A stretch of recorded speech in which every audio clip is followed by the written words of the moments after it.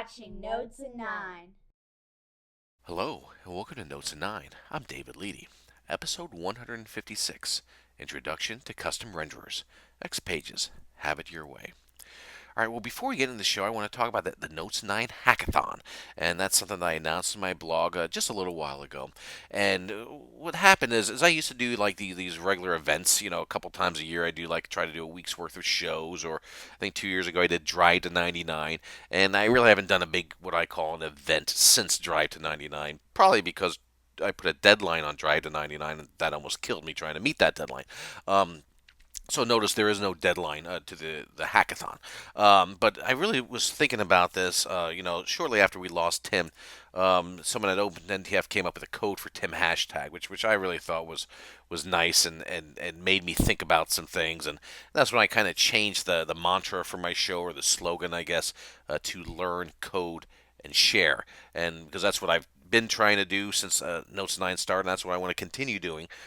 So that's what I wanted to kind of refocus on that. So the goal here is to learn, code, and share, and trying to get to 199 shows. Well, why not 200? Because apparently I have this thing for nines that I can't get rid of. But I can't get to 199 alone. I mean, I guess I could, but by the 180s, I'm going to tell you old Bandcamp stories, and that just won't go well for me when I meet up with some people later on. So previously I've done some kind of invitations, private invitations to get these new contributors on, or I've begged or borrowed or bribed them, or extortion sometimes, or peer pressure. That Andrew Barrickman learned that. But this time I'm going to do an open invite to come on the show. So please, if you've never been on the show and you want to, or you're interested in helping out, or you're interested in giving back what you've learned, send me an email. Think of it as an abstract or whatever. It's really not that complicated. To tell me what you'd like to do. If you don't know what to do, but you're working with X Pages, tell me what you're working on. Introduce yourself, and let's talk, and maybe we can find something that's a good fit. But it's really not that difficult to come on the show, because apparently you've been watching the show, and it's really not rocket science if you've seen any of the stuff that I've done. But just because this is an open invite to come on the show does not, for new people, does not mean I don't want the previous contributors to come back on the show. Yeah, I'm talking to you, Kathy, and everybody else who's been on the show. So I need to get the previous contributors back on, and I think we can just have a push to generate a lot of content. And it doesn't have to just be X Pages content. I mean, obviously that's the focus, and it's one of my personal main interests. But if you're an administrator and you want to do something on setting up a server, we haven't had that on in a while. If you have some non-X Pages content that might be interesting to the audience, I want to hear about it, because it's really about learning. I don't care what you learn, just that you keep learning. I think that's important, especially in this field. So if there's something of interest to you, and you watch this show, it's probably going to be of interest to other people who watch this show. So feel free to drop me a line and let me know what you think. Okay, with all that stuff being said, let's get to the meat of this show. And I've got Jesse Gallagher back on, and he's from frostilic.us is his blog, which I highly recommend you checking out. And his company is iknowsomeguys.com, and he's a brand new OpenNTF board member, so congratulations for that. And he's really big into OpenNTF, and Jesse is a great proponent of sharing and giving back. And he's one of the key guys in the OpenNTF API for the new Java Domino X Pages API, whatever you want to call it, that I use every day, and we use at the day job, and it does make life easier if you're in the Java world. So I do highly recommend you checking that out. Jesse also does a bunch of other things. He's done some great presentations on the SHA-1, SHA-2 issue in the Domino server, where you can fix it kind of by putting a Linux an Nginx, or however you pronounce it, server in front of it, to act as the web server. So I'm interested in trying to get more of that kind of stuff on the show. And he also does this for the developers. He does some discussions and presentations on this massive framework to change the way you develop. And there's some, I guess some good reasons for that, but it's way too much for me. But inside his framework, he's done some things on controller classes, and that is important. And we're going to talk about that on Notes 9 very soon because that's really changed the way I develop my applications with these controllers, and that's really the best thing to come down the pike, in my opinion, for XPages in quite a long time. So again, we're going to talk about that later on. But again, Jesse is an expert. If you need help, if you need mentoring, you would do well by contacting him. I'm sure he'd love to talk to you. He does have a great ability for trying to take a complex subject like custom renderers, hint hint, and making it making understandable to somebody who's not quite as advanced as he is. Basically me. So anytime I can understand what he's talking about, he's done a good job explaining it to my level.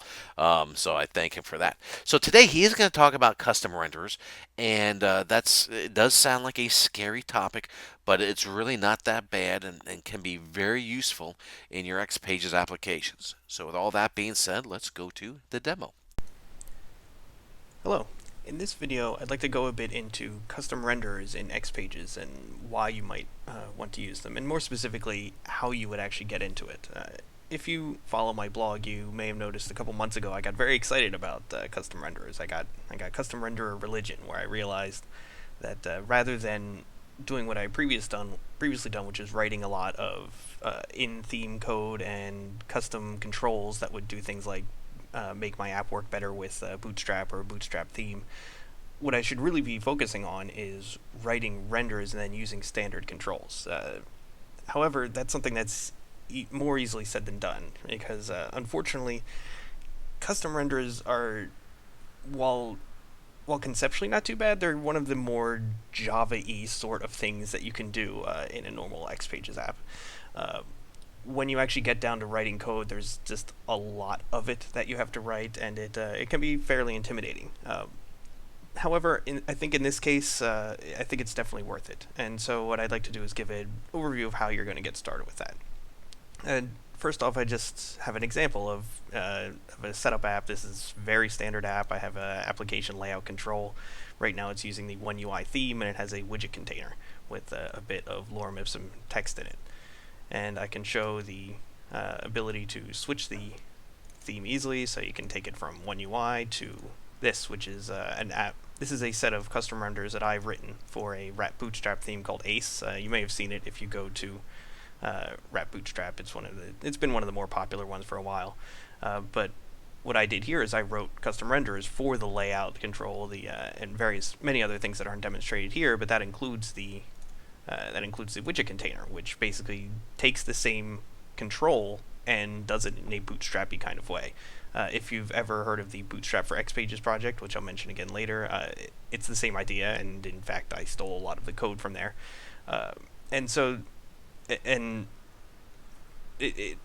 What it's really doing is it's taking, like I was saying, it's taking the standard control. It's an extension library control, but it's the same widget container, title bar text, and the same contents no matter what theme it happens to. Sometimes it happens to be One UI, sometimes it happens to be Ace, and down the line I could adapt it for any other Bootstrap framework or other CSS framework entirely, and the code wouldn't necessarily have to change. This is why I like renderers so much, which is that the code is very clear. You don't have a custom, Bootstrap widget container control that I had to write, either writing an actual component or writing a custom control. You don't have to have a special Bootstrap layout. You're just using the same exact code that you've been using the entire time. In reality, if you're writing a full app like this, there will have to be some concessions to the framework you're writing it in, but it definitely saves you a lot of code, and it will save you and yourself down the line and other people working with you a lot of headache, where you're just using the standard controls. You don't have to worry, oh, for this app, I have to do my widgets this way, I have to do my view panels this way, I have to do whatever. It's all just use the same controls, and then the app will decide how to render them. So how to get started? There are 3 things to get started, and they're kind of a weird indirection, kind of Java server faces sort of thing. And what I mean by that is that you have to tell the app that your renderer exists. And so I have some debug code here to demonstrate the sort of things that you're going to need to know. There are going to be 3 main things that you need to do. You're going to have to register your renderer in the faces config file, set up the mapping of the control to the renderer in the theme. You could also do it in line, but it's really best done in the theme, and then write the actual renderer class. So I'll take those one at a time. So you'll have these, I'll refer to these in a bit. So if you go to your faces config, you'll have render kit. This refers to the section where you declare all your renderers and you say, okay, I want to create a renderer for components where the family is a panel. That happens to be the family of the widget container. And then I want to say, all right, when that type of control says that it should have a renderer type of demo custom widget container renderer, then you use this class. Now this can really be anything as long as it doesn't conflict. In reality, you'd probably want to do a almost like your fully qualified Java package name.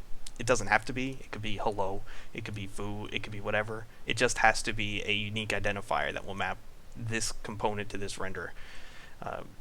So what you're saying here is that, okay, so you have this type of component with this type of declared renderer type, and then go to this class, which just refers to a normal Java class that you have in your package or plugin, your NSF. And then what you do in your theme is you say, okay, when you have this type of control, which is a widget container, set the renderer type to this. All of this has to be is the same as what you declared in the faces config, so that matches to this. So the question raised is, how do I know that it's a Java Faces panel? How do I know that it's a container.widget? That's why I have this bit of code here. So on the X page, this is a sort of thing that whenever I'm working with renderers, I end up writing a table very much like this just to let me know. So I'm saying get the component, the widget, just the ID by widget, and get the style kit family. Style kit is an alternative name for themes. I'm guessing that it was the original name before IBM decided to call them themes instead of style kits. So what you're saying is get the style kit family, which ends up being this name. So it'll be container.widget. Other things will be, pager, view panel, whatever. So that's the kind of friendly style, the style version of the name.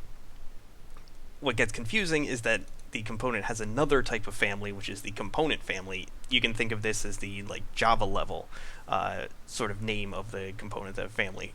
They're named very similarly. It's easy to get them confused. I do frequently, but this is the one that you care about when it comes to the faces config.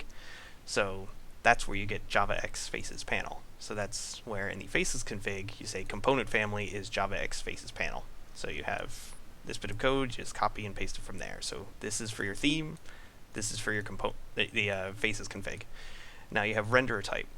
This is whatever it happens to be currently set to. You can see that it's set to my my plugin for my renders, but this is what you're setting it to in the theme. So that's the current value. That's not that's just letting you know what it's currently set to. But when you're setting it up for the first place, that's the thing you make up effectively. That's your unique identifier. So you can see if I switch to my ACE alt theme, it'll switch over to the demo custom renderer thing. So you can see, all right, switches to this crazy rendering that I'll get to in a bit. You can see, all right, now the renderer type, because the theme is specified, it is this. And then thanks to the faces config, that renderer type plus family pairing leads to this class. So you can see that happening there. The theme sets the renderer type.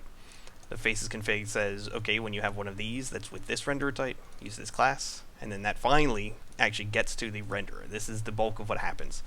The renderer's job is not to do anything with the actual component itself. So it doesn't specify that a widget has a title bar text. It doesn't specify that it can be collapsible. All it does is it is given the final widget that is already built. All of the properties are set, and it says, okay, you write HTML. That's the job of the renderer. All it's supposed to do is write HTML, not do any actual business with the component. With more complicated things, it does get obviously a lot more complicated, and even in a normal case, a widget, renderer is fairly complicated, but a widget is not too bad one. So there are a couple main things that happen in a renderer. The main things you need to know are encode begin and encode end. In this case, encode refers to encoding as HTML. It has nothing to do with normal, it's not encryption or anything like that. It's basically saying, take this Java object and turn it into HTML. And the begin event and then the end event are what happens at the beginning and the end. And then you have a property that says renders children. What this means is whether or not this renderer says it is responsible for rendering any child controls. In this case, the child controls are these paragraphs. Here I do say yes, this is responsible, and so what that means is that in my code somewhere I have to have something that either manually steps through the children and puts out some HTML, or does a call to specifically render the children at some point, which I do. You can set this to false, and what will happen is that the X page will call encode begin, it will handle rendering the children, and then it will call encode end. So depending on the type of control you're doing, you will want to set that or not. In this case, I do happen to set it, and I will show where that comes into play. So encode begin. What you're doing here is, it is conceptually similar to what you'd be doing in, say, a custom control with a callback in the middle. You write the code, the HTML that comes at the top, and then you say, all right, here's where the content goes, and then you write the code that comes beneath it, so like in a layout control. But it just happens to be written in Java, and it takes up probably many more lines, and it gets really complicated because it's Java. But once you get a handle of really the process of writing it, it's not too bad. So what you can see here is that I'm given a faces context, and I'm given the component to work with. This is going to be the backend object that represents the widget container. So the first step is I get a response writer, which is basically the thing that's spitting out the text, the HTML, onto the resultant page that gets to the browser. So I say, okay, start an HTML element. I'm starting in H3. This is the parent element, I think. It turns out it's fine to always just have it null, so that's just something you need to do. But what I'm doing here is saying, all right, I want to start an element, and then later I end it, because it's HTML. You always have to start and end your elements. It won't do it on its own. And then saying, give me an H3, set the class to this, set the style to this, and then write text inside of it. And you can see alert widget container incoming. This is an H3. It has the class that makes the text red, and it has the border. Now I'm saying start the containing div. That's this box. So this is the part that comes before the text. And now I have two helper methods. It's not required to break your code up into helper methods, but I do. And then what will happen is this body will write the children, and then at the end, now I'm going to close this div. So I open the div here, I close it here. It always has to be open and closed, and you have to eventually take care to make sure that if you have it started and not finished in one method, that it will eventually be closed in another method. And then it does a similar H3 at the end to say, okay, the widget container is over. So it's a lot of lines to write not a lot of HTML, but I think that once you look at something like this, it starts to make sense. You kind of have to just do it, and then it's like, okay, I get it. You start your elements, you end your elements, you write your attributes. It's intimidating at first, but eventually it does start to make sense. And even these helper methods, they're pretty simple. The writing title, it just writes the title. You can see I passed in the control. I had casted it to a UI widget container because I know that the only time that this render is going to be called, it's going to be for a widget container. So I'm saying, all right, write down H4, give it some special styling just so we can see that, and then the widget has a getTitleBarText method that corresponds to titleBar text, and that method should handle if it's bound differently and that sort of thing. But basically, it's just saying, all right, however this widget was set up, it doesn't matter how it was done on the X page. I just want to get the resultant titleBar text, and write that out, and then end it. So you can see this is the titleBar text I had in there with the green border because it's an H4 with a green border. So when we're with the right body, the body is really just a div with a border, so it's border with the div, and then I call faces util, which is it's IBM's utility for handling. It has a bunch of helper methods for this sort of thing. One of them is to say, okay, now render children. This is where I said I render the children. Alternatively, I could have written this so that this part appeared at the end of the encode begin, and this part appeared at the start of encode end, and set this to false so that XPages would render the children for me. In most cases, there's going to be a clear reason why you would do one or the other. In this case, there wasn't, but it's just for demo purposes. But if I set this to false, it would handle rendering that stuff. So that's really, once you get to it, you'll kind of have to feel your way through that. So that's the basics of what a renderer looks like. This is an extremely simple one. Widget containers happen to be conceptually small, but then it ends up they get more complicated when you get to whether or not it's collapsible and all the other properties. But just the basic concept is like, okay, I have a component. I want to do the start, I want to do the title, I want to do the body, and I want to do the end. And so once you get into it, you sort of get a feel for it. I mean, the code's never going to be pretty. It's Java. You're going to have to write a lot of lines, and a lot of it's going to be ugly. But once you do it, the result is that your main XPages code is going to be very easy, clean, and consistent. So that's a basic, this is not the kind of render you'd want to do, but hopefully this should get you started. And if you want to really learn more, what I suggest is doing what I did, which is look at the Bootstrap for XPages project. This was released a little while ago, and it's been updated. You can see 11 days ago. And this has proved invaluable to me, because I had wanted to fiddle with renderers, but it was really difficult to figure out how, because the extension library has renderers, but it has dozens and dozens, and they're really complicated, and they do all sorts of stuff with Ajax and Dojo and special whatever. The Bootstrap for XPages project is going in that direction, but it's much smaller at this point. It's much more understandable, and you can definitely see, if you browse through the code, you can go to the Bootstrap. You can start seeing the renderers that are here. You can see the pager renderer, for example. This is a complicated class, but once you know, okay, I want to see the class that renders a pager, you can look at this and you can start going through it. There's extra stuff here about decoding because there are actions that are going on, but you still see a lot of the same sort of concepts. You see renders children, encode children, encode pager content. These are some of them are from the standard render, some of them are its own internal stuff, and just you kind of have to just stare at it for a while, and then it starts to make sense. So you can certainly go with some more things like the widget container renderer will be the equivalent to what I was doing. This one's a little different because what it's doing here is basically saying, all right, start with the extension library widget container and then extend it in some ways. So this is it's really a process of looking at this code and having Bootstrap for XPages, potentially the extension library code, and just going through it.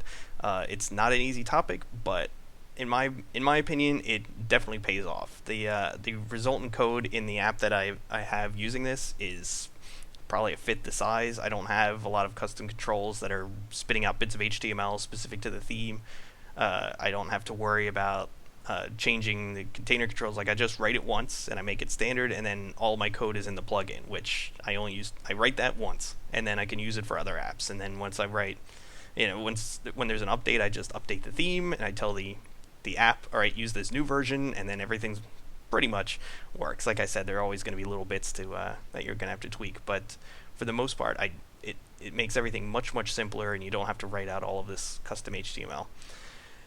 And so it's not something where, if you're not familiar with renders at all, you're going to want to rewrite all of your apps today. But just to get started, I think it's definitely worth looking into. It's one of the more advanced. It's on the path of the more advanced stuff that you can do with XPages, and so it's not going to be a one day's work, but I think it's definitely worth looking into, and it can pay dividends in the long run.